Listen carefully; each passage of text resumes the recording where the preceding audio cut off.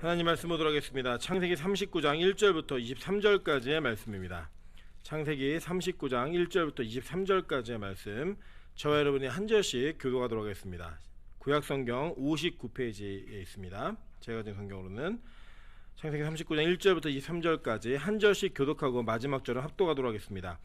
요셉이 이끌려 애굽에 내려가매 바로의 신하 친위대장 애굽 사람 보디발이 그를 그리로 데려간 이스마엘 사람의 손에서 요셉을 산이라.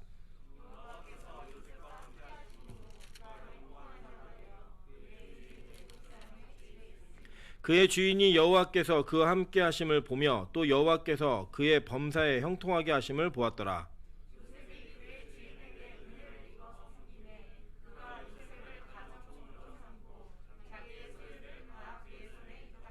그가 요셉에게 자기의 집과 그의 모든 소유물을 주관하게 한 때부터 여호와께서 요셉을 위하여 그 애굽 사람의 집에 복을 내리심으로 여호와의 복이 그의 집과 밭에 있는 모든 소유에 미친지라.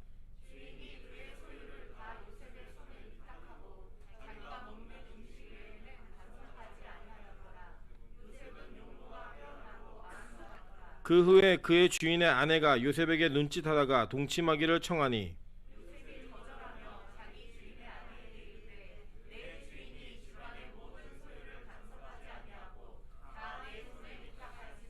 이 집에는 나보다 큰 이가 없으며 주인이 아무것도 내게 금하지 아니하였어도 금한 것은 당신뿐이니 당신은 그의 아내임이라. 그런즉 내가 어찌 이 큰 악을 행하여 하나님께 죄를 지으리이까.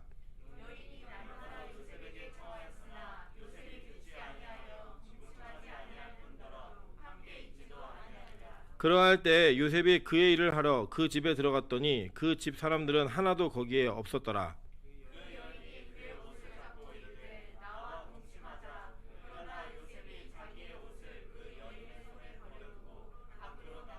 그 여인이 요셉이 그의 옷을 자기 손에 버려두고 도망하여 나감을 보고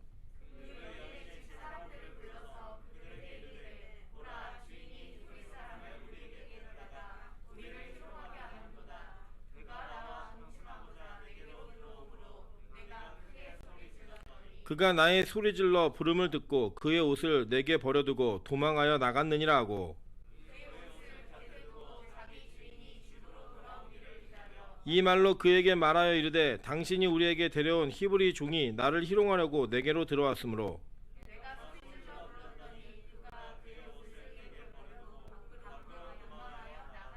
그의 주인이 자기 아내가 자기에게 이르기를 당신의 종이 내게 이같이 행하였다는 말을 듣고 심히 노한지라.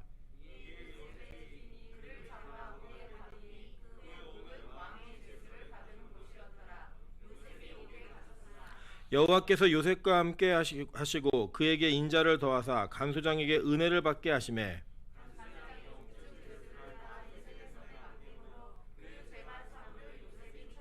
합독합니다. 간수장은 그의 손에 맡긴 것을 무엇이든지 살펴보지 아니하였으니 이는 여호와께서 요셉과 함께 하심이라. 여호와께서 그를 범사에 형통하게 하셨더라. 아멘.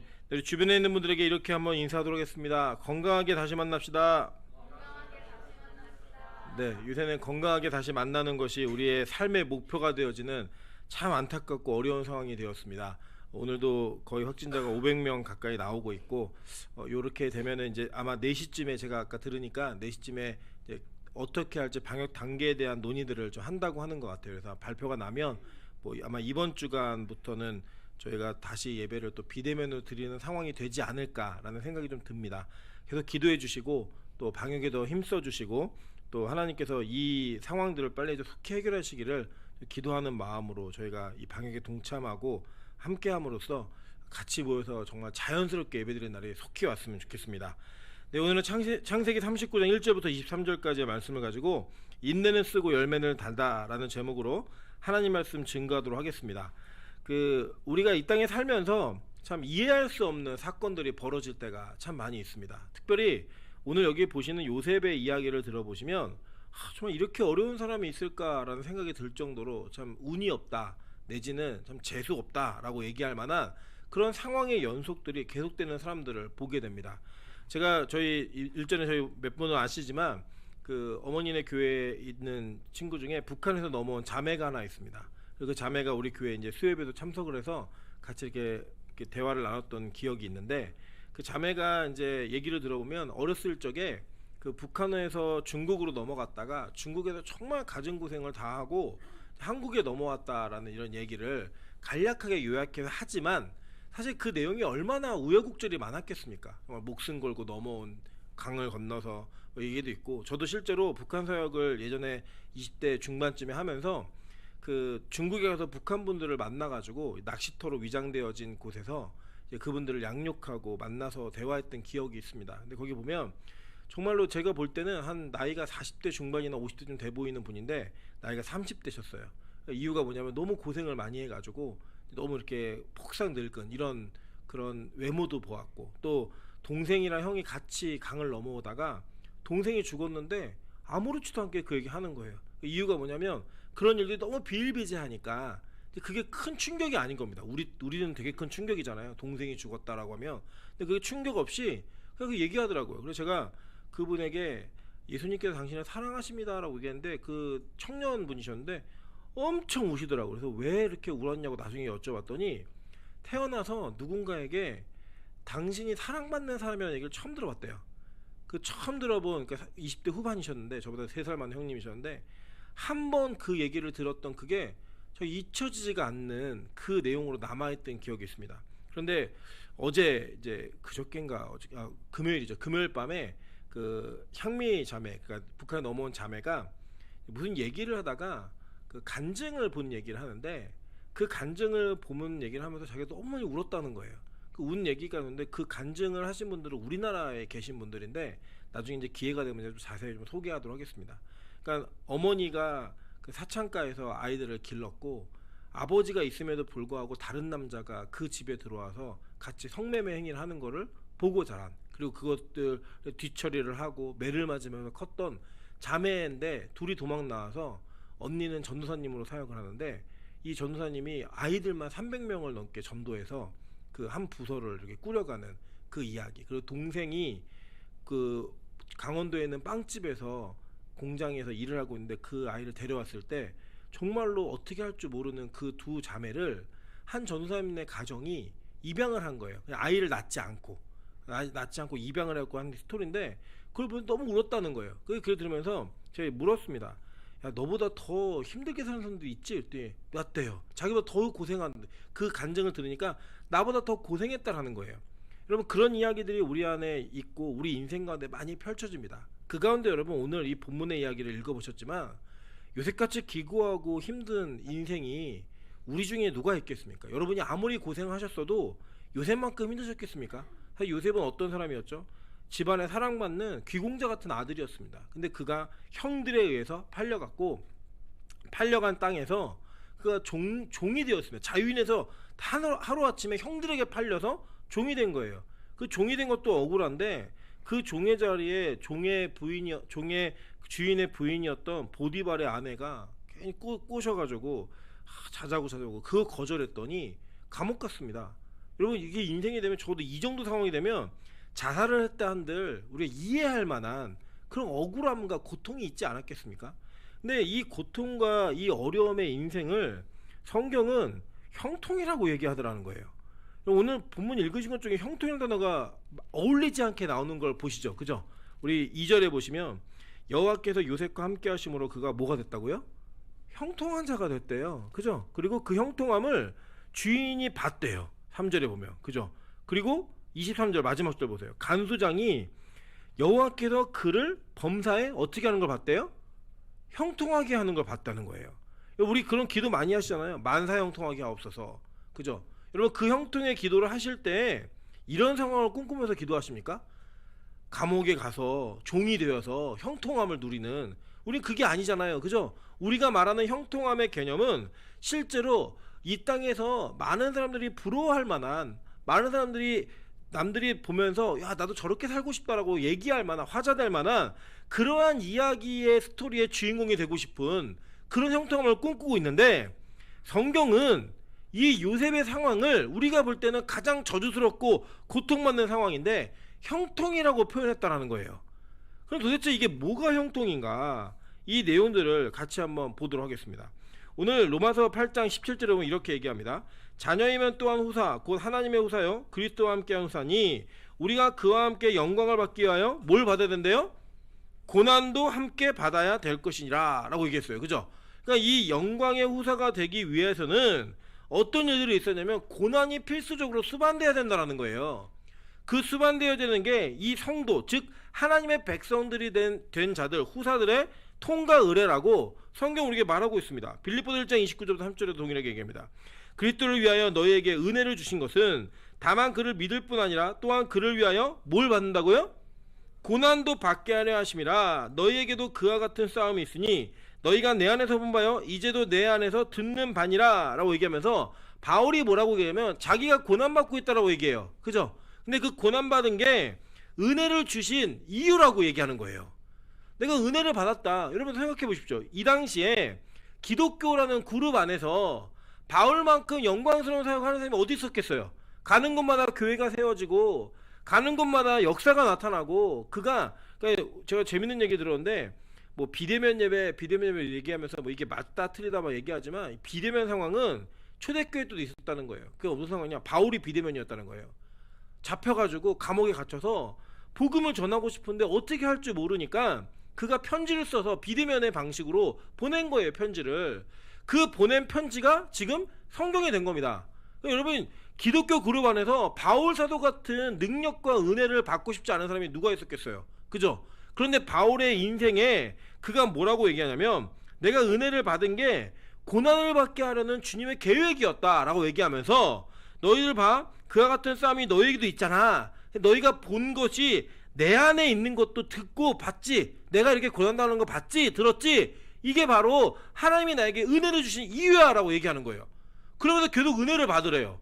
우린 보통 그러잖아요. 어떤 일을 경험하고 너무 고생하고 힘들면 야 이거 하지마 라고 얘기하잖아요. 그죠? 그래서 보통 결혼하신 분들이 뭐라고 얘기해요? 결혼하지 마 라고 얘기하잖아요. 본인은 하셨으면서 괜히 아는 사람한테 절망을 주는 얘기를 하시는 거예요. 그래서 저도 이제 아들을 키워보니까 제가 요새 노대현 전사님의 가정에 맨날 하는 얘기가 꼭 아들 낳아서 고난을 받아야 진짜 목사가 될 수 있어 이러면서 고난의 경험을 하라고 계속 권면을 해요. 예, 권면하는데 보통은 안 하거든요. 이렇게 하지 말라라고 얘기하고. 근데 바울이 계속 고난받으라고 얘기하는 거예요. 고린도서 10장 13절에도 얘기합니다. 사람이 감당할 시험 밖에는 너에게 당한 것이 없나니 오직 하나님은 미쁘사 너희가 감당치 못할 시험 당함을 허락지 아니하시고 시험 당할 즈음에 또한 피할 길을 내사 너희로 능히 감당하게 하시느니라 라고 얘기해요. 이 감당할 시험이라는 헬라어 단어가 페이라스모스라는 단어인데 이 단어의 뜻이 뭐냐면 입증, 시도, 시험이에요. 입증하는 거예요. 그러니까 즉 이 시험에는 목적이 있는데 이 시험을 당하면 그러니까 그 목적에 의해서 뭐가 이루어지냐면 우리가 입증되어지는 자가 된다는 거예요. 여러분 이게 굉장히 중요한 사실입니다. 예를 들어 우리 창세기 21장, 22장에서 배우셨죠? 하나님이 아브라함을 시험하시잖아요. 그죠? 근데 시험하실 때 너 아들 갖다 바쳐라고 얘기했어요. 그죠? 그때 여러분 하나님이 아브라함이 아들을 바칠 걸 아셨을까요? 모르셨을까요? 아셨죠? 모르면 하나님 아니죠. 그죠? 아셨단 말이에요. 알았는데 왜 시험하셨는가? 그 시험의 목적은 하나님이 내가 아브라함이 이삭을 바칠지 안 바칠지 몰라서 하신 시험이 아니라 그걸 누가 몰랐냐? 아브라함이 몰랐던 거예요. 자기 믿음이 어디까지 와 있는지, 내가 얼마나 큰 믿음을 가지고 있는지, 내가 내 자녀를 바칠 만한 믿음이 있는 자인지 몰랐다라는 거예요. 모르니까 하나님께서는 그 시험을 함으로써 누구와 누구에게 입증하게 하신 거예요? 아브라함이 자기 자신의 믿음을 입증하게 하신 거예요. 여러분 우리 안에도 있습니다. 어떤 믿음, 어떤 게 있냐면 여러분에게 어떤 사명이나 권면이나 봉사나 어떤 일들이 주어질 때 여러분 안에 어떤 마음이 들면 내가 이거 할 수 있을까? 내가 감당할 수 있을까라는 그런 두려운 마음이 있으시죠? 그죠? 있단 말이에요. 왜냐? 우리 자신을 모르니까. 그런데 우리가 그 시험을 통과하면 어떤 일이 있냐면 내 자신이 입증되어지는 거예요. 그래서 하나님은요 여러분이 바칠지 못 바칠지 이미 아세요. 알고 시험을 주시는 거예요. 그래서 그 시험 때문에 여러분의 믿음이 입증이 되는 거예요. 예를 들어 실패한다 그러면 그 실패 속에 내가 믿음이 이거밖에 안 되는구나, 다시 일어나야겠다 라고 생각하는 거고, 여러분 성공했다, 그 시험을 견뎠다 그러면 와 내가 이런 믿음이 있었네 라고 하면서 그 영광과 찬송을 하나님께 돌리는 거예요. 그렇게 나아가는 게 시험의 목적이라는 거예요. 그래서 때로는 그 시험이 여러분이 감당 못할 것 같으면 하나님 피할 길을 주신다는 거예요. 그 피할 길을 주심으로 말미암아 그것을 능히 감당하게 하게 만드시는 그분이 여러분의 아버지이십니다. 그래서 하나님은 여러분에게 시험을 허락하시는 거예요. 여러분 만약에 이 감당할 만한 피할 길을 주시지 않으시면 여러분 시험은 여러분 죽으라고 주는 겁니다. 여러분 고난받고 괴롭고 힘들라고 주시는 거예요. 근데 하나님은 그게 목적이 아니라 우리를 입증하게 하기 위해 우리가 시험을 당하게 하신다는 겁니다. 여러분 이 요셉은요 고난을 당했어요. 그죠? 요셉이 잘못한 게 뭐가 있어요? 없잖아요. 채색 옷 입은 거, 그죠? 그리고 형들의 잘못을 이야기했고 형들이 잘한 것도 이야기했어요. 그리고 꿈꾼 거, 그거 자기가 꾸고 싶어서 꾼 거예요? 하나님 꾸게 하신 거잖아요. 꿈꾼 이야기 한 거, 이게 다예요. 그걸 했더니 형들에 의해서 팔려갔어요. 보디발의 가정에 가서 무슨 잘못했어요?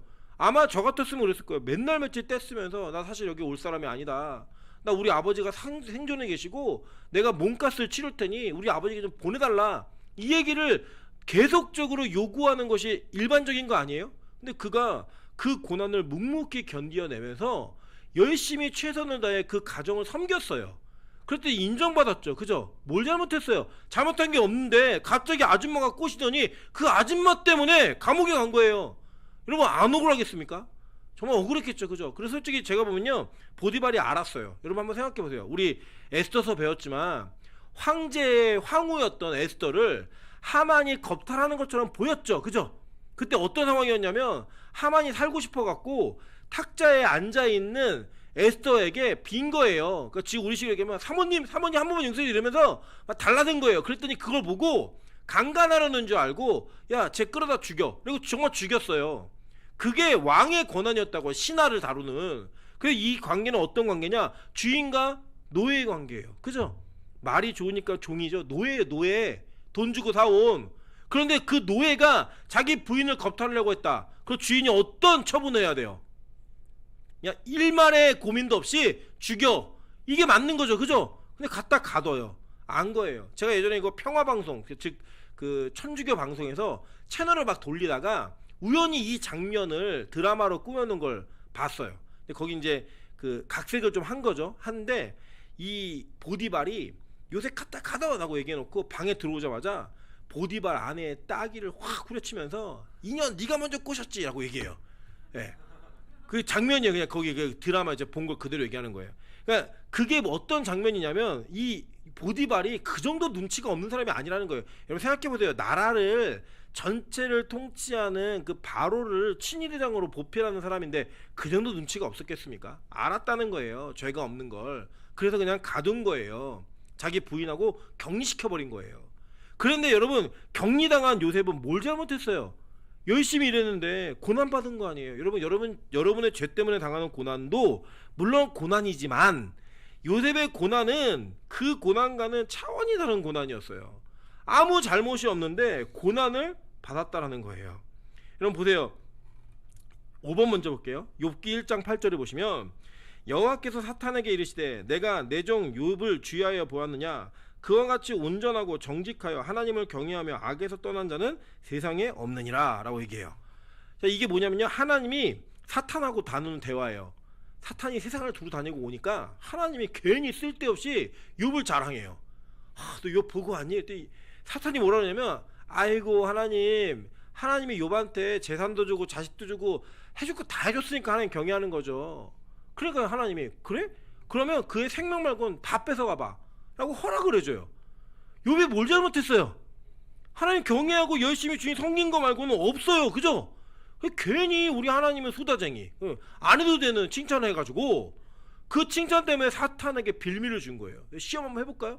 해봐. 그 뒤부터 여러분 욥의 고난은 성경의 어떤 인물보다 어마어마한 고난 다 당하잖아요. 자식이 한 번에 죽고 재산을 도적들이 다 털어가고, 그죠? 부인이 욥을 저주하고 떠나잖아요. 그죠? 그래서 여러분 지금도 영어권에서는요 그 악처를 잡스 와이프라고 그래요. 욥의 와이프라고 얘기해요. 그 기왓장으로 자기의 그 병난 것을 긁어내야 되는 그러한 상황까지 갔던 거예요. 그게 고난받은 무슨 이유가 있어요? 욥이 죄를 졌다든지 뭐 남의 걸 훔쳤다든지 하나님 대신 우상숭배했다든지 이랬으면 이해는 가는데 이해 없는 이 고난이 그들에게 주어지더라는 거예요. 성도들에게. 여러분 보세요. 왜 요셉이 고난당했나? 시편은 이것에 대한 답을 줍니다. 4번입니다. 시편 105편 17절부터 19절입니다. 그가 한 사람을 앞서 보내셨으며 요셉이 종으로 팔렸도다.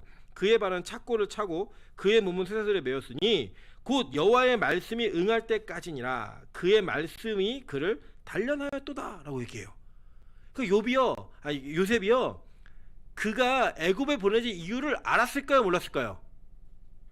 에? 알았어요. 여러분 몰랐으면요 이거 말이 안 돼요. 왜 말이 안 되냐? 요셉이요 그가 바로의 총리가 되어서, 여러분 총리의 위치가 어느 정도 아시죠? 그냥 바로는 아무것도 안 해요. 총리가 모든 걸 다 해요. 총리가 되어서 집에 편지 한 장 안 보내요. 여러분 지금의 애굽은 굉장히 약한 나라지만요 그 당시 애굽은 세계 최강국입니다. 아마 그가 병사를 보내어서 자기의 생존의 사실을 알리고자 했으면 충분히 알릴 수 있는 그런 위치에 있는 사람이었다고요. 근데 그가 그걸 안 했어요. 그죠?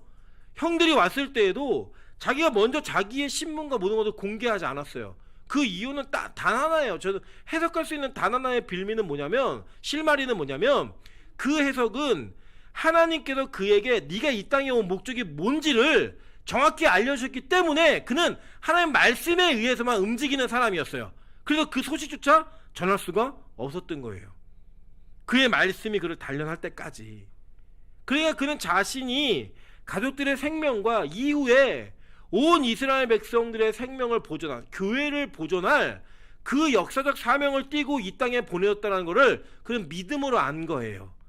그래서 그 일을 감사함으로 받아들인 겁니다. 욥의 고난이 왜 주었는지 아세요? 욥이 나중에 42장에 가면 뭐라고 고백하나 한번 보겠습니다. 욥이 여호와께 대답하여 이르되 주께서는 못하실 일이 없으며 무슨 계획이든지 못 이루실 것이 없는 줄 아오니 무지한 말로 이치를 가리는 자 누구니까? 나는 깨닫지도 못할 일을 말하였고 스스로 알 수도 없고 헤아리기도 어려운 일을 말하였나이다 라고 얘기해요. 그러니까 이게 뭐냐면 욥이 막 이렇게 얘기할 때 막 친구들이 와갖고 공격해요. 뭐라고 공격하냐면 야 너 죄져서 그런 거야. 회개해. 회개하면 하나님 용서해 주실 거야. 욥이요 나 죄진 일 없거든. 니네 알지도 못하면서 얘기하지 마 라고 얘기하면서 이 욥의 친구들과 욥이 나누는 대화들을 쭉 보시면 욥은 자기의 결백을 계속 얘기해요. 친구들은 욥이 얼마나 큰 죄인지를 계속 얘기를 해요. 그하고 계속 논쟁을 벌이는 거예요. 근데 이것도 원래 욥이 가만히 있다가 10장에 가서 하나님 나 한마디만 할게요 그러면서 계속 얘기를 해요. 욥이 계속 얘기하는 바람에 욥기가 길어진 거예요. 욥이 얘기 안 해서 금방 끝났는데 그 얘기를 다 끝낼 즈음에 하나님이 갑자기 나타나셔갖고 욥에게 질문을 폭풍 질문을 던져요. 41장 40장 보시면요 하나님이 질문하는데 알 수 없는 질문. 너 부엉이가 어디서 알랐는 줄 알아? 여기 제가 저도 이제 최근에 알게 됐는데 민물장어가 왜 비싼가, 왜 민물장어 양식이 안 되나 봤더니 장어는 자기가 알을 낳으려고 바다로 간대요. 연어는 강으로 오잖아요. 장어는 바다로 가가지고 바다에서 이렇게 그 새끼를 낳으면 그것도 깊은 심해에서 난대요. 그러면 이 장어가 크면서 강으로 다시 올라오는 거예요. 민물로. 그래서 이 민물장어는 양식을 할 수가 없습니다. 어떻게 알을 낳는지도 몰라요. 그냥 깊은 심해에서만 난다는 거 아는 거예요. 그럼 묻는 거예요. 하나님이 너 장어가 어떻게 알 낳는지 알아? 막 묻는 거예요. 그러니까 이 욥이 할 말이 없는 거예요. 아무것도 안 없으니까 하나님 제가 뭣도 모르는 게 너무 떠들었네요. 죄송합니다. 이 얘기 하는 거예요 지금. 그래서 얘기하는 겁니다. 내가 말하겠사오니 주는 들으시고 내가 주께 묻겠사오니 주여 내게 알게 하옵소서. 내가 주께 대하여 귀로 듣기만 하였사오니 이제는 눈으로 주를 배웁나이다. 그러므로 내가 스스로 거두어드리고 티끌과 죄 가운데에서 회개하나이다. 자기의 존재를 정확하게 인식하게 만드는 그 과정을 하나님이 하게 하시기 위해 이걸 하시는 거예요. 자기 의를 무너뜨리는 작업을. 그 욥이요 결국에는 내가 죄인입니다 라고 회개하는 거예요. 물론 그 친구들이 말한 죄인은 아니었어요. 너 도덕적 윤리적 그런 죄를 지었지 그 죄를 회개라고 계속 공격했거든요. 아니야 나 그런 적 없어. 맞아요 욥의 얘기가. 근데 욥은 무슨 죄인이었냐? 자기가 하나님 앞에 죄가 없다라고 말하는 그것 자체가 죄인이었다라는 거예요. 그래서 그 죄를 고백하게 하시는 거예요. 내가 회개합니다. 내가 모르고 떠들었습니다. 이제 주님 내가 묻겠사오니 이제 말씀해 주십시오. 이제 내가 말하겠사오니 주님 들으시고, 내가 예전엔 주님을 들었는데 이제 봅니다. 하나님 이제 내가 회개의 자리로 나갑니다 라는 얘기하는 거예요. 여러분, 그러면서 진짜 하나님을 경험하고 만나게 되면요, 여러분이 그동안 살았던 방식과 신앙생활이 다 잘못됐다라고 고백할 수밖에 없는, 잘못돼도 잘못한 게 아니고요, 그냥 잘못된 거예요. 우리는, 여러분, 이게 좀 억울하십니까? 근데 이게요, 진짜 하나님을 알고 나면요 그렇게 말할 수밖에 없는 거예요. 진짜 그렇게 할 수밖에 없는 거예요. 뭐 예를 들어 이런 거죠. 여러분, 예를 들어 여러분이 뭐 노래 좀 한다고 뭐 그런 위치에 있는 거예요. 막 그렇게 하다가 여러분 세계 최고의 가수들을 만나서 그 사람들이 하는 노래를 들을 때 여러분 뭐라고 하시겠어요? 아, 나는요 그냥 돼지 멱 다는 소리를 내는 사람입니다. 이렇게 고백할 수밖에 없는 거예요.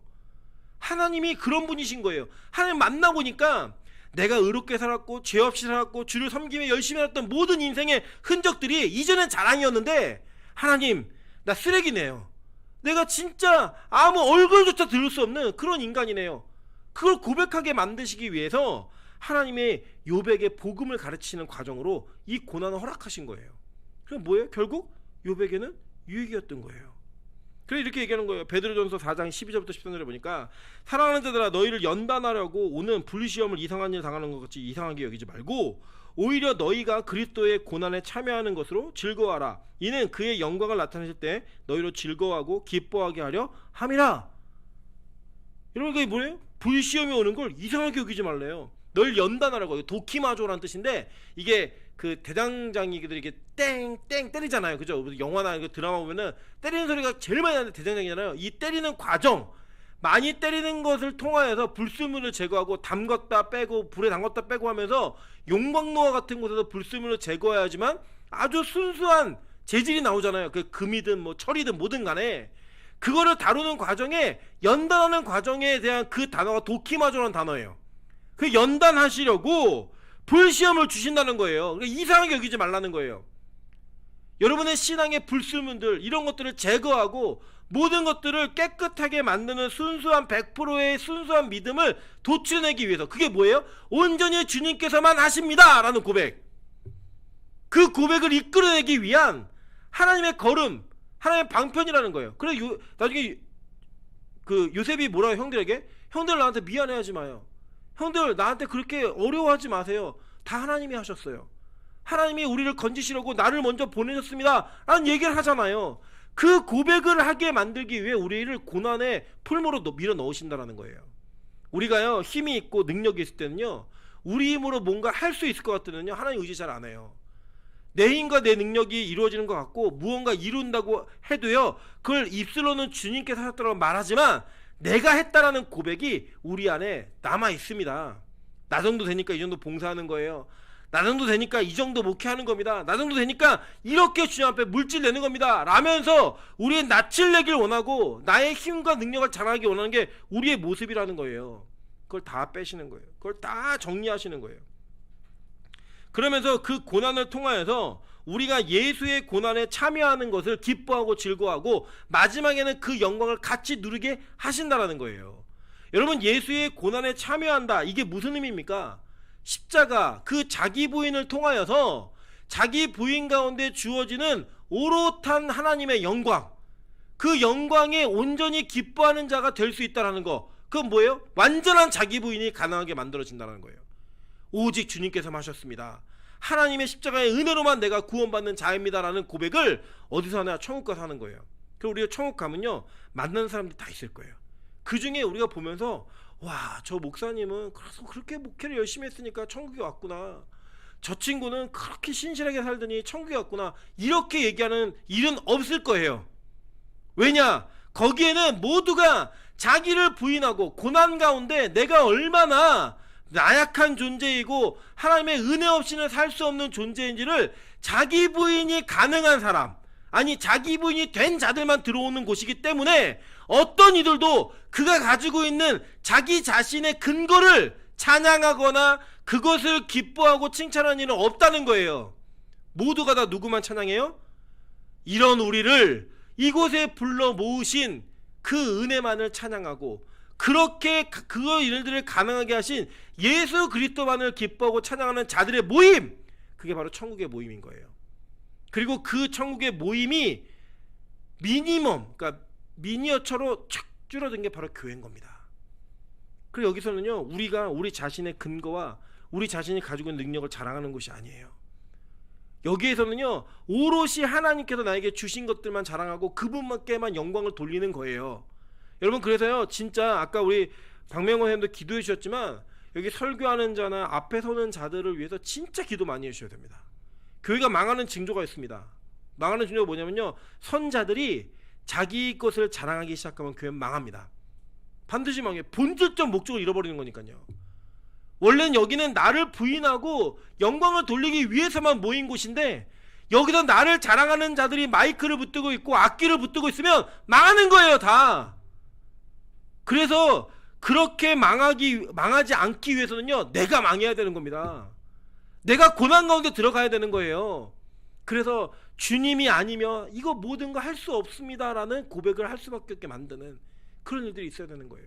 우리 교회 목사도 있고 강도사도 있고 전도사도 있고 장로님, 권사님, 집사님 다 계시지만 우리 모두가 그 고백 가운데 나아가야 되는 거예요. 하나님, 내가 망했습니다. 그 망했다라는 고백을 이끌어내기 위해 우리를 고난으로 밀어넣는 거예요, 하나님이. 그래야지만 주님의 영광이 오롯이 드러나기 때문에. 바울은 이렇게 얘기합니다. 로마서 8장 18절에 생각하건대 현재의 고난은 장차 우리에게 나타날 영광과 비교할 수 없도다. 그렇게 고난이 그것으로 끝이라면 여러분 얼마나 비참해요. 인간이 아무것도 할 수 없습니다라는 고백으로 끝난다면. 그런데 그렇게 고백하는 자들에게 지금의 고난과는 비교할 수 없는 영광을 부어준다는 거예요. 멋지지 않습니까, 여러분? 저는 하나님의 이 구원의 원리가 너무 기쁜 것 같아요. 정말 반전의 반전. 우리 인간이 교만하잖아요. 그래서 뭐 했어요? 선악과 따먹었죠. 바벨탑 쌓았죠. 그죠?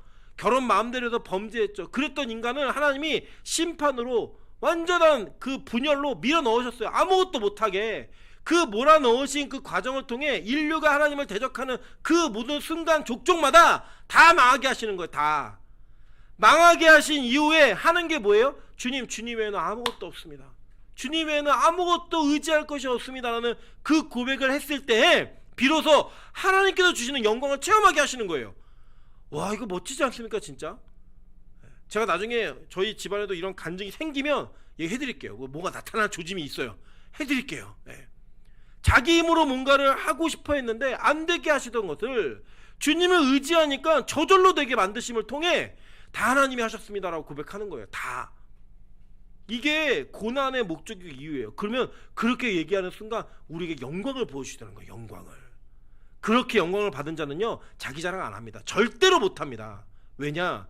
그 영광은 나를 부인하는 것에서부터 온 것이기 때문에, 그 근거가 뭔지를 아는 자들에게 주어진 거기 때문에 절대로 그것을 자랑할 수 없는 자들이 된다는 거예요. 여러분, 그래 저는 압니다. 저는 제가 원래 그랬거든요. 저는 원래 말을 잘했어요. 어렸을 때부터. 저희 이모가 얘기하시기로는 5살 때부터 자기랑 말싸움을 했대요. 저희 이모님하고 저하고. 그래서 저희 어머니가 보면서 너는 이렇게 애랑 싸우냐고. 근데 언니 하는 얘기 좀 들어봐. 안 싸울 수가 없어. 이렇게 얘기할 정도로 엄청 말을 잘했대요. 어제도 제가 찬수가 저한테 제가 미역국을 끓여달라고 미역국을 끓여주니까 왜 소스를 꺼낸 찬장문을 안 닫냐요. 그래서 네가 좀 닫아줘. 그래서 찬수가 닫아주길래 찬수야 고마워 이렇게 얘기했더니 찬수가 고맙긴 뭘 그러더라고요. 네, 저한테 그 얘기를 해요. 그냥 자연스럽게 그런 얘기도 해요. 그거 보면서 그러니까 말을 잘한 거예요. 저희 아내는 말을 못해가지고 저희 장모님이 학교를 늦게 보냈어요.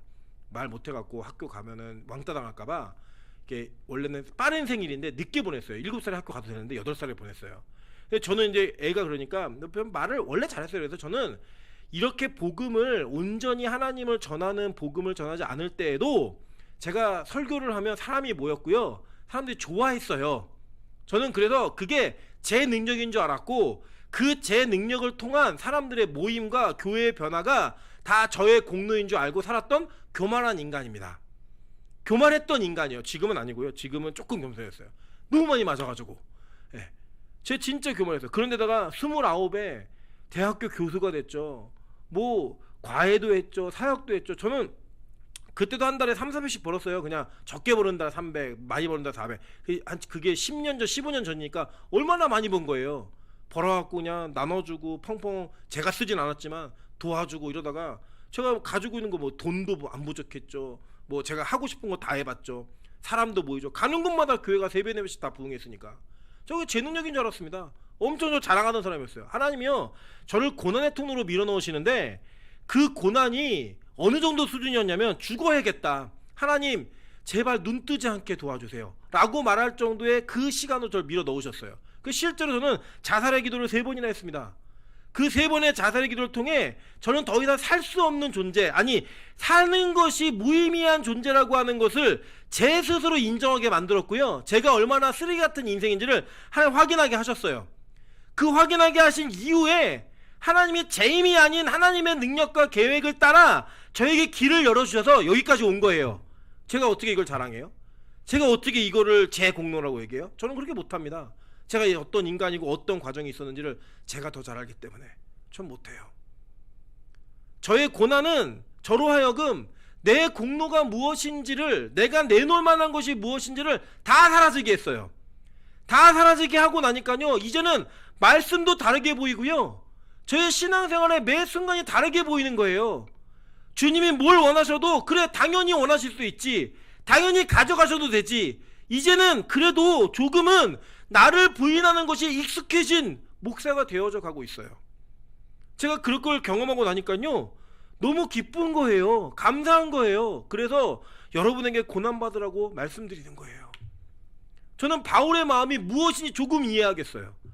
그가 어떤 사람이었어요? 바리새인 중에 바리새인, 난지 8일 만에 할례를 받았고 사내들의 공의원이었습니다. 그가 약관의 나이에 어떤 한 사람을 죽이고 살리고로 책임질 수 있는 그런 청년의 모습으로서 성공한 사람이었어요. 가말레일의 문화였다고요. 그가 그 모든 것을 다 잃어버리고 다 버리고 쫓겨다니는 삶을 살면서 그가 뭐라고 얘기해요? 나와 같이 되기를 원한다라고 말하잖아요. 자기 부인이 되고 나니까 그 하나님의 인도하심과 영광이 얼마나 큰지를 경험하고 느끼는 거예요. 그게 복음입니다. 저는 우리 교회가 이 복음을 경험하는 은혜가 있었으면 좋겠습니다. 이 복음이 무엇인지를 깨닫는 은혜가 있었으면 좋겠어요. 제가 요새 감사한 거는 우리 청년들의 입에서, 이 청년들 바리새인들이었거든요. 왜냐면 얘네들 제가 보면 되게 착하게 살았어요. 뭐 크게 잘못한 일이 없어요. 뭐 대단한 죄를 지은 것처럼 고민하면서 얘기를 뭔지 얘기해봤더니 별것도 아닌 거 얘기해놔요. 뭐 엄마 말 안 들은 거 뭐 이런 거 얘기해놔요. 얼마나 착해요 얘네들. 교회도 안 떠나고 연애도 안 하고 열심히 충성하고 이러면서 되게 착한 애들이에요. 예. 그런 애들이 이 자리에 모여있는데 이 착한 애들의 이면에 뭐가 있었느냐, 자기의 의가 있었던 거예요. 자기의 의가 있으니까 그 의가 남을 죽이고 정죄하고 판단하는 도구였던 거예요. 너무나 세상적으로 볼 땐 착한 아이들이었는데 이 착한 아이들의 이면에 하나님 보시기에 가장 악함이 그들에게 있었다고요. 그래서 제가 요새 감사한 거는요, 그랬던 친구들의 입술에서 자기가 쓰레기란 얘기를 해요. 내가 얼마나 죄인이었고 바리새인이었고 얼마나 큰 잘못한 인간이었는지를 고백하는 이야기들이 나와요. 제가 그때마다 얼마나 속으로 감사하면서 우는지 아세요? 그래, 진짜 복음이 들려지고 있구나. 우리 교회에 복음이 선포되어지고 있구나. 제가 뭐 특정한 개인 얘기를 해서 참 너무 죄송하지만 너무 은혜되는 얘기를 좀 하겠습니다. 사실 우리 여기 명수간사 앉아있지만 이 명수간사는 제가 볼 때는 그 중학교 2학년인데 전국에 싸움을 제일 잘하는 중2병이 걸린 사람이었어요. 네. 제가 뭐 이게 실력 어마어마하죠, 그죠? 뭐 안 보이는데도 뭐 어마어마하잖아요. 근데 그 교만이 엄청났고 자기가 가지고 있는 자기의 의와 교만이 깨지지 않는 그런 철옹성과 같은 자아가 있었던 사람이에요. 근데 얼마 전에 제가 무슨 얘기를 하고 얘기했더니 문자가 왔는데 얘기의 내용이 이거예요. 자기가 하늘문에 가서 예배에 다른 충격을 받아들였는데 2달이 넘게 걸렸고 1년 5개월이 지나서 이제 빛과 소금 교회에서 말하는 메시지가 뭔지가 들려진대요. 내가 얼마나 교만한 자였는지, 내 의가 무너져야 되는지를 이제 들린대. 이제. 그러니까요, 솔직히 말씀드리면 제가 명승하나 반주할 때마다 너무 불편하고 힘이 들었어요. 자기를 자랑하는 자기 자랑의 요소가 계속 나오니까. 근데 요새는 너무 은혜가 돼요. 너무 딴 거 변한 거 없어요. 마음이 변한 거예요. 딱 하나. 내게 아니구나. 하나님으로부터 온 거구나. 자기 자신을 무너뜨리는 일들을 자기 스스로 해내고 나니까 그 변화들이 막 드러나는 거예요.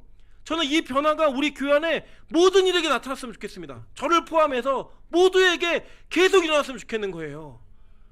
앞으로 마찬가지입니다. 뭐 교사가 되든 뭐가 되든 우리 교회에서 직분이 맡겨지든 여러분이 하시는 거 아니에요. 뭘 여러분이에요. 여러분이 얼마나 대단한 사람이라고. 아무도 대단한 사람 없습니다. 다 주님이 하시는 거예요. 그걸 고백하는 자리가 이 자리라고요. 그게 깨어지는 자리가 이 자리라고요. 저는 그 고난이 그래서 우리에게 꼭 필요한 고난의 과정이라고 생각합니다. 여러분 아직 여러분의 자녀들과 뭐 가족들과 남편이나 부인이나 우리 가지고 있는 동역자들 가운데 안 무너지는 모습들 보이는 게 있잖아요. 그럼 막 열받잖아요. 화나고. 근데 여러분 제일 먼저는 내 자신의 모습이라는 걸 첫째는 기억하시고요. 두 번째는요. 하나님이 그를 고난의 통로에 밀어넣으면 하나님 다 그 스스로 무너지게 하세요. 여러분 우리가 무너뜨리는 거 아니에요. 주님이 하시는 거예요. 주님이. 그게 재정적인 문제든 건강의 문제든 뭐가 됐든 간에 반드시 하나님의 택한 백성이라면 이 고난을 통과할 수밖에 없게 만드신다라는 거예요. 믿으십니까? 여러분 그래서 그 고난이 다가올 때 두려워하지 않는 거예요. 아 드디어 올 게 왔구나. 드디어 올 게 왔구나. 그 올 게 온 거를 기다리면서 그 고난에 뒤에 이면에 숨겨져 있는 나의 자기 부인과 그 자기 부인을 통해 주시는 영광을 기대하며 오늘을 기뻐하는 거예요. 그 고난을 즐거워하는 거예요. 그게 우리가 가야 될 길이라고 성경은 얘기하는 겁니다. 그래서요 하나님께서 이 과정을 형통이라고 말하는 거예요. 여러분 멋지지 않습니까? 우리는 정말 죽게 생겼는데 남들이 볼 때는 야 너 죽지 마, 너 힘든 거 다 한다 라고 얘기하는데 하나님은요 형통이라고 말해요. 사람들은요 우리를 보면서 형통이라고 말해요. 여러분 저희가 이 교회에 오기까지 저는 고난이었습니다. 진짜 저희 아내는 알아요. 제가 이 교회 올 때까지 얼마나 심각한 고난 가운데 있었는지를 다 알아요. 그래서 저희 아내는 그것 때문에 많이 울었고 많이 기도했어요. 그런데 사람들은 저를 보면서 형통이라고 말해요. 야 너 나이도 어린데 청민 받아서 갔어. 위임대 때문에 이러면서 형통이라고 얘기해요. 근데 저한테는 여기까지 올 때까지가 고난이었어요. 진짜 고난이었어요. 그 고난의 과정을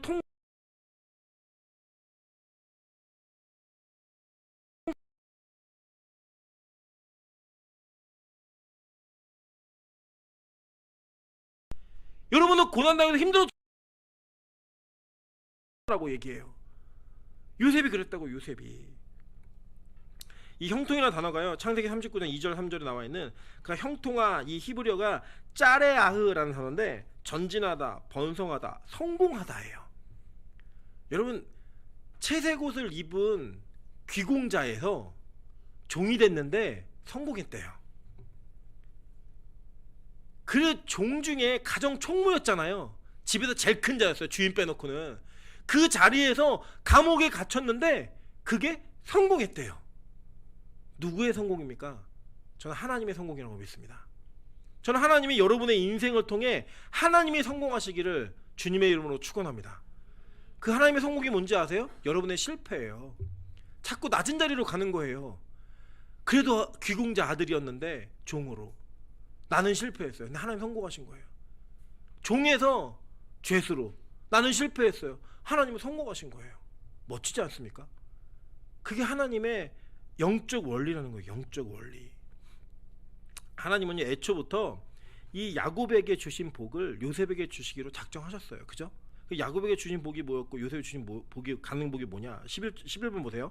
창세기 27장 29절에 만민이 너를 섬기고 열국이 내게 굴복하리니 내가 형제들의 주가 되고 내 어미의 아들들이 내게 굴복하며 내게 저주하는 자를 저주를 받고 내게 저주하는 자는 저주를 받고 내게 축복하는 자는 복을 받기를 원하노라 얘기했잖아요. 그죠? 어떤 일이 벌어져요? 진짜로 형제들이 다 나와서 요셉에게 절하잖아요. 섬기는 일이 벌어지잖아요. 그 일을 이루기 위해 그를 고난의 통로로 넣은 거예요. 여러분 만약에 요셉이 주님 저는 절대로 전 종생활 못합니다. 하나님 저는 절대로 죄생활 못합니다. 나는 그 결단력을 가지고 자기가 스스로 목숨을 끊든지 아니면 이 사명을 거부했더라면 그에게 이 축복이 임하는 건 없었어요. 그 자리를 갔기 때문에 그 위치로 올라갈 수 있었던 거예요. 여러분, 이 감옥에서 누굴 만나는 줄 아십니까? 요셉이 애구방의 술 맡은 관원자와 떡 굽는 관원장을 만나요. 그 지금은 뭐 요리사인가? 아니에요. 가장 측근에서, 그 당시에 독살이 워낙 많았기 때문에 가장 신뢰하고 믿을 만한 사람을 음식 맡은 자로 세웠어요. 그게 누구예요? 느헤미야. 술 맡은 관원장, 비서실장 정도 되는 개념이에요. 그리고 여기는 보디발의 감옥은, 친위대장의 감옥은 이 정치범들을 수용하는 감옥이었어요. 여기서 요셉이 2년 넘게 계속적으로 수발을 들고 사람들을 대하면서 모든 걸 다 통치했잖아요. 그죠? 여기서 무슨 일이 있었을까요? 여러분, 감옥에 가셔도요, 그 감옥에 그 죄 지은 사람의 사회에서 어떤 레벨이 있었냐에 따라서 다른 방들을 주잖아요. 그 모여갖고 하는 얘기들이 있어요. 여기는 무슨 얘기했을까요? 나라의 경제, 정치, 어떻게 하면은 이 나라를 살릴 수 있을지, 이런 얘기들 다 여기 나눈 거예요. 죄수들끼리 앉아가지고. 거기 그 죄수들만 모아도 내각이 하나 꾸며질 정도의 정치범 수용소였던 거예요, 이 자리가. 거기서 요셉이 뭐 했겠어요? 다 들은 거예요. 다 주워 들은 거예요. 다 배운 거예요. 그러고 나서 2년 동안 훈련받고 뭐 했어요? 총리 되는 거예요. 여러분, 갑자기 총리가 된다고 생각하지 마세요. 아무것도 없이 그냥 놀다가 이러는데 총리 아니에요. 하나님께서는 요셉을요, 계속적인 훈련을 통하여서 그 요셉이 가지고 있는 재능과 그의 달란트가 더 빛나는 과정들을 겪게 하시고, 그 겪은 이후에 그것이 완성되어졌을 때에 하나님은 그를 원래 계획하셨던 자리에 갖다 놓으신 거예요. 여러분, 지금의 여러분의 그 경험과 고생과 고난이 하나님께서 여러분께 통과하시는 그 과정들이 향후에 하나님께 여러분을 어딘가에 올려놓으실 때, 그 계획에 따라 올려놓으실 때 반드시 필요한 과정이라는 거예요. 믿으십니까? 그래서 지금 그것을 감사하고 기뻐하는 거예요. 그것을 행복해하는 거예요. 근데 너무 힘들어 죽겠는데, 내가 너무 괴로운데 이게 나중에 필요한 거네, 나중에 보는 거다, 이거 믿는 거예요. 그냥 그거를. 여러분, 예를 들어 볼까요? 우리 뭐 청년들 여기 많으니까 연애하다가 보면은 진짜 이상한 애들 만날 때 있어요. 막 미치겠어요. 막 죽이지도 못하고 살리지도 못하고 너무 괴로워요. 너무 힘들어요. 그런데 그 과정에는 고난이에요. 고난. 근데 그 고난을 통해 뭘 확인하냐면, 이런 남자는 만나지 말아야겠구나, 이런 여자는 피해야겠구나. 그리고 그런 여러 가지 경험들을 하고 나서 진짜 자기의 신랑과 신부를 만나잖아요. 만나면 그때 걔를 만났기 때문에 내가 이러이러한 과정을 통해 너를 만나게 됐구나 라는 걸 깨닫게 돼요. 우리 뭐 권사님들, 뭐 이제 결혼하신 분들에게는 묻진 않겠지만, 이전에 만나셨던 그 경험을 통해 지금의 내 남편을 결정할 때 그 경험들이 이러면 안 되겠구나, 그래서 이렇게 만나게 되는 거예요.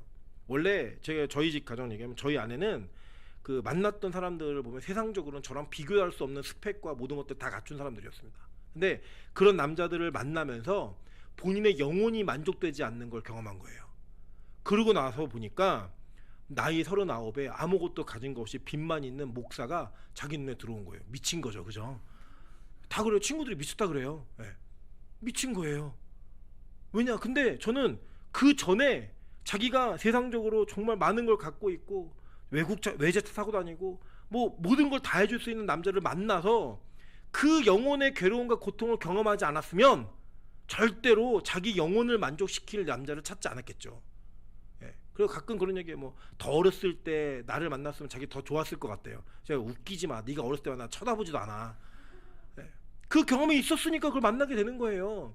하나님은 우리에게 고난을 주시는 이유가 그거라고요. 그때는 이제 얼마나 힘들었겠어요. 그 고난이.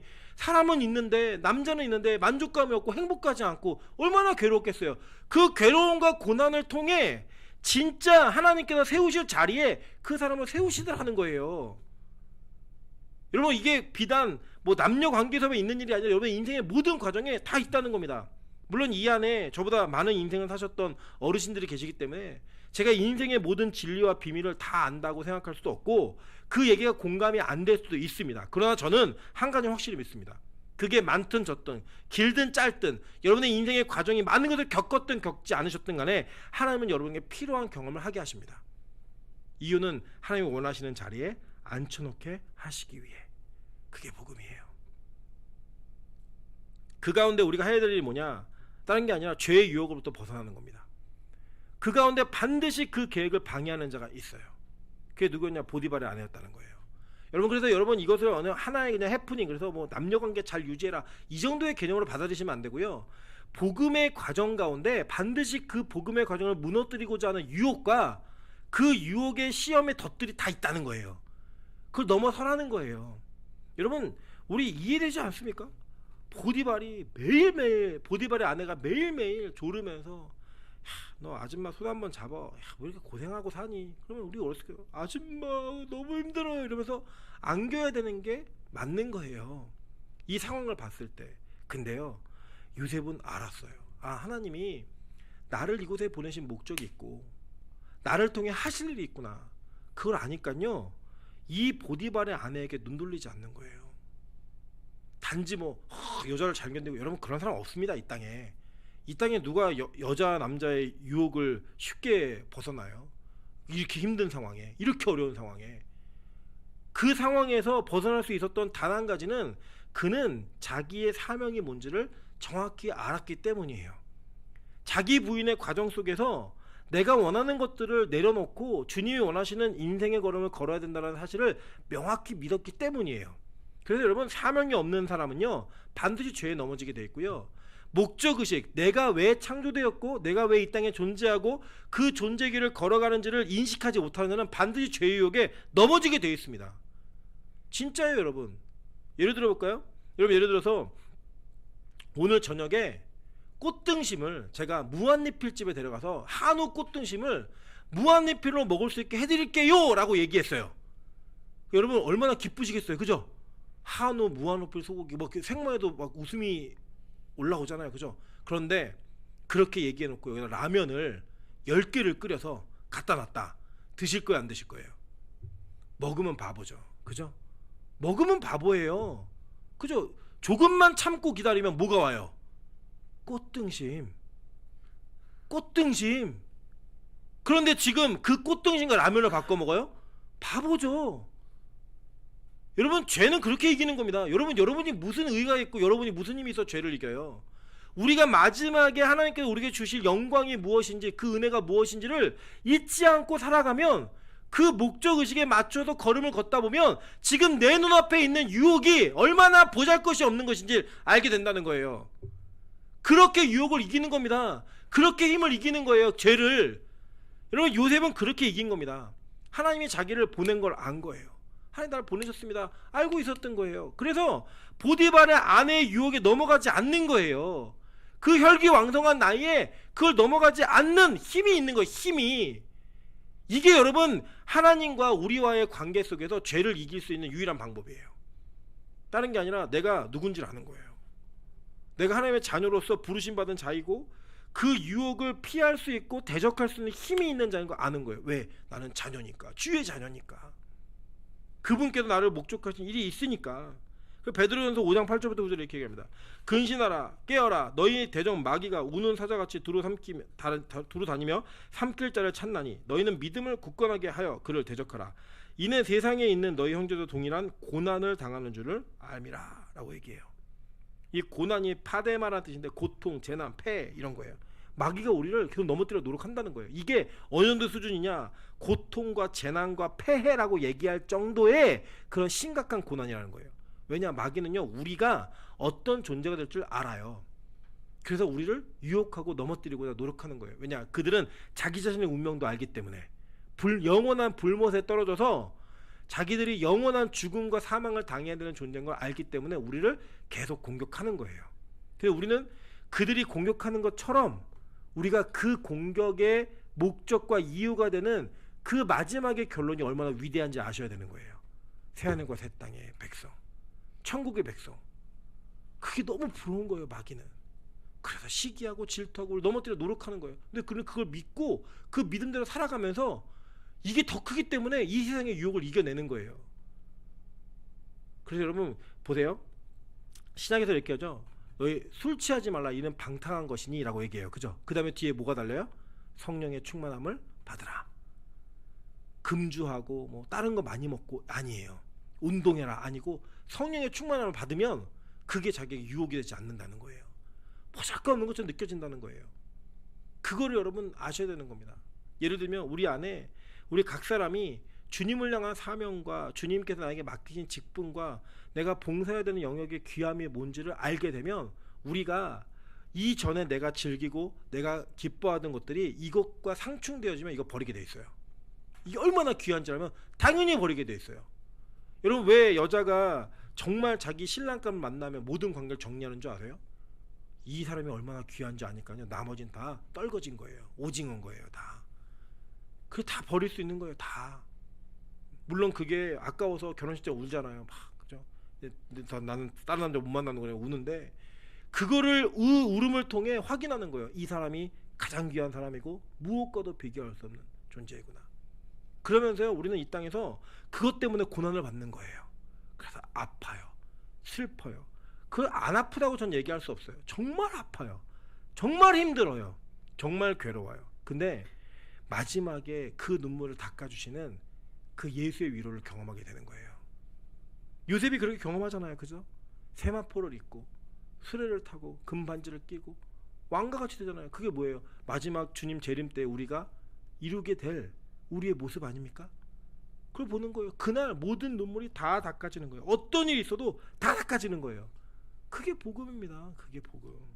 저는 이 복음의 온전한 진리와 가치를 여러분 모두가 느끼시는 우리 빛가서 공교회 성도 되시길 주님의 이름으로 축원합니다. 보시면요, 요셉은요 자기의 죄가 아닌 형들의 죄 때문에 노예 생활했고요.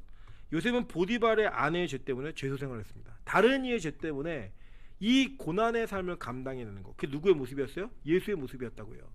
그 예수의 모습에 우리 동참하는 거예요. 예수의 남은 고난에 동참하는 거예요. 그래서 우리는 내 잘못이 아닌 내가 뭔가 실수하지 않았음에도 불구하고 그 죄를 안고 가는 거예요. 그 고난을 안고 가는 거예요. 때론 억울하십니까? 당하세요. 예수님이 더 억울하셨으니까. 괴로우십니까? 여러분 너무나 말도 안 되는 상황에 모함을 당하고 계십니까? 그냥 묵묵히 견디세요. 왜? 예수님은 그보다 더한 일을 당하셨으니까. 베드로전서 2장 21도 25절에 이렇게 얘기합니다. 그는 죄를 범하지 아니하시고 그 입에 거짓도 없으시며 욕을 당하시되 맞대어 욕하지 아니하시고 고난을 당하시되 위협하지 아니하시고 오직 공의로 심판하시는 이에게 부탁하시며 친히 나무에 달려 그의 몸으로 우리 죄를 담당하셨으니. 그게 누구예요? 예수 그리스도. 우리 그렇게 사는 거예요. 때로는 내 남편의 잘못 때문에 내가 그 잘못을 안고 살아가는 거, 그게 예수께서 우리를 위해 대신 돌아가신 그것을 그대로 담아내는 거예요. 때로는 내 부인의 잘못 때문에 내가 너무나 심각한 고통을 당하고 있지만 그 고통을 감내하며 살아가고 감사하며 살아가는 거, 그게 바로 예수가 당한 고난에 참여하는 모습인 겁니다. 그게 가족이 될 수도 있고 이웃이 될 수도 있고 교회의 동료들이 될 수도 있고요, 교우들이 될 수도 있는 거예요. 그런 죄악의 문제를 안고 가는 거예요. 골로새 1장 24절에 그래서 바울이 뭐라고 얘기합니까? 나는 이제 너희를 위하여 받는 괴로움을 기뻐하고 그리스도의 남은 고난을 그의 몸된 교회를 위하여 내 육체에 채우노라. 아멘. 이게 예수님이 당한 고난이 모자라갖고 내가 더 채운다, 이게 아니고요, 그 예수의 고난에 동참한다는 의미예요. 이게 그게 그래서 우리가요, 내가 잘못 안 했는데 잘못됐다고 얘기하는 겁니다. 내가 실수하지 않았는데 내가 실수했다고 얘기하는 거예요. 여러분 들어오시면서 보셨겠지만 우리가 9월 달부터 뭘 붙여놨죠? 교회가 진심으로 미안하다는 걸 붙여놨잖아요.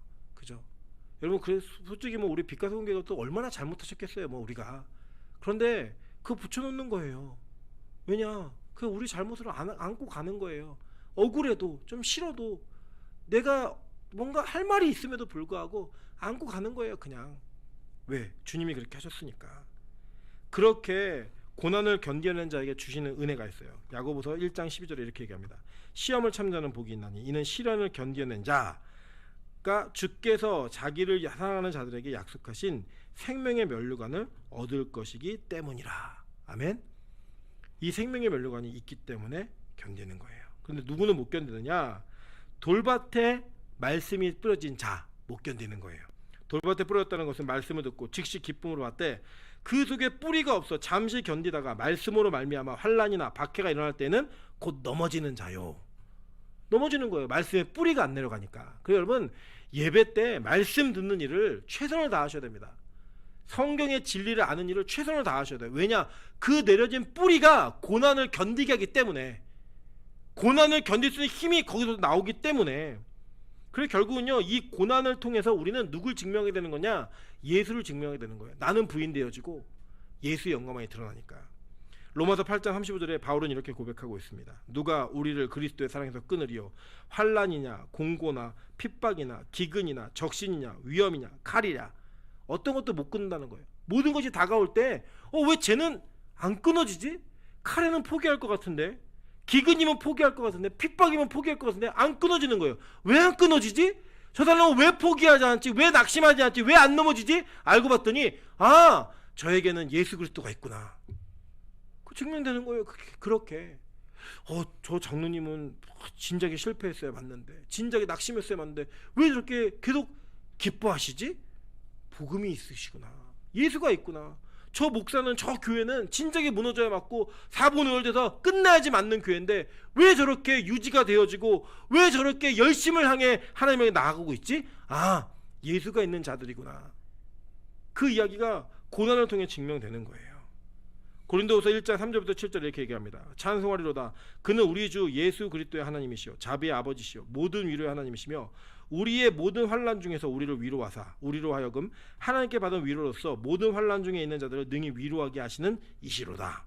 그는 그리스도의 고난이 우리에게 넘친 것 같이 우리가 받는 위로도 그리스도로 말미암아 넘치는도다. 우리가 환난을 당한 것도 너희가 위로와 구원을 받게 하려는 것이요 우리가 위로를 받는 것도 너희가 위로를 받게 하려는 것이니 이 위로가 너희 속에 역사하여 우리가 받은 것 같은 고난을 너희도 견디게 하느니라.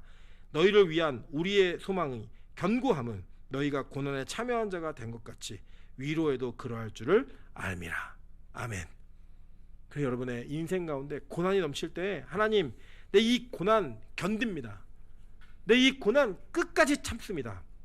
이 참는 고난을 통하여 하나님 마지막에 단 열매를 거두게 원합니다. 뭔지 아세요? 그게 천국의 영광, 하나님의 위로입니다. 그 위로를 얻을 수 있는 그 자리까지 우리 나갈 수 있게 도와달라고 주님 앞에 이 고난을 견디기를 기도하는 마음으로 나아가는 저 여러분 되시기를 주님의 이름으로 축원합니다. 제가 찬양으로 기도하겠습니다. 예수 나의 치료